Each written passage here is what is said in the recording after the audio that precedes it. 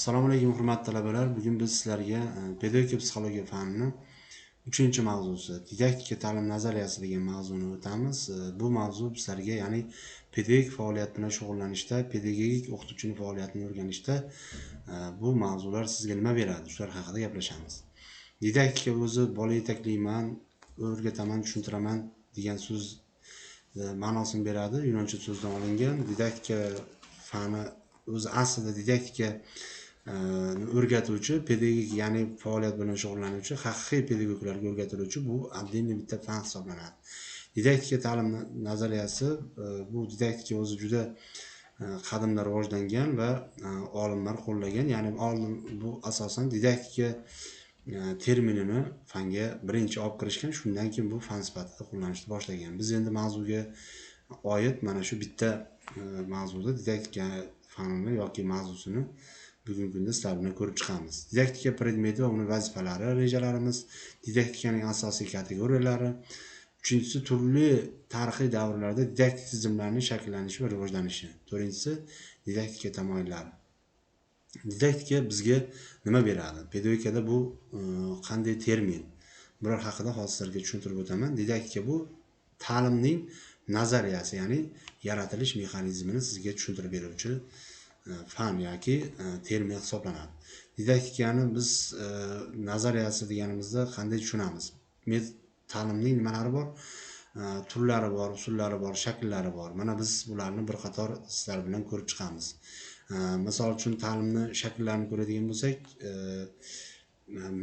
bog'cha, maktab, o'rta ta'lim, kollej, litsey, undan tashqari bakalavr, magistratura, doktoranturadan oldin hozir bizga prezidentimiz yaqindagi qarori bilan stajyer tadqiqotchi degan ta'lim tizimi kelib chiqdi va undan tashqari doktorantura. Doktoranturadan keyin biz DC doktoranturani biz tushunishimiz mumkin bo'ladi.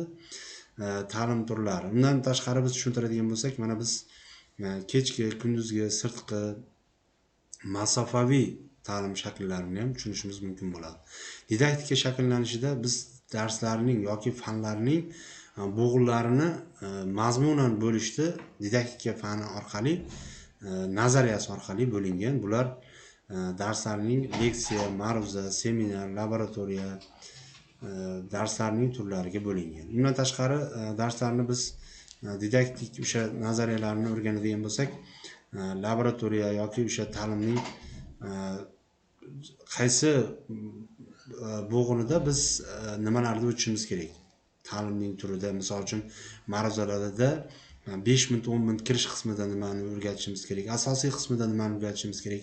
Yakuniy qismida nimani o'rgatishimiz kerak va qaysi metodlardan foydalanishimiz kerak, qanday yondashishimiz kerak? Bundan tashqari leksiyadan tashqari mana shu seminarlarda talabalarga nimalarni tushuntirishimiz kerak?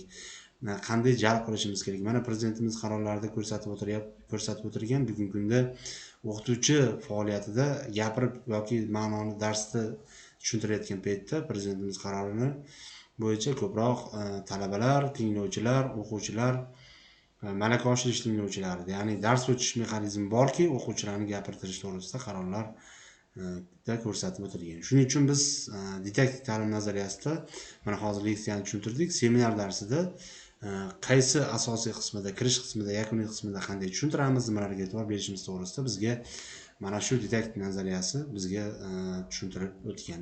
Seminarlarda, laboratoriyalarda qanday foydalanish haqida bizga o'rgatgan. Didaktikani asosiy kategoriyalarini hozir sizga tushuntirib o'tdim. Turli tarixiy davrlarda didaktik tizimlarning shakllanishi va rivojlanishi bu qanday shakllangan? Mana shu tarixda oldin kompyuter yoki bunday internet vositalari bo'lmagan. Biz o'sha tarixiy davrlarni ozgina esga oladigan bo'lsak, ularda nima?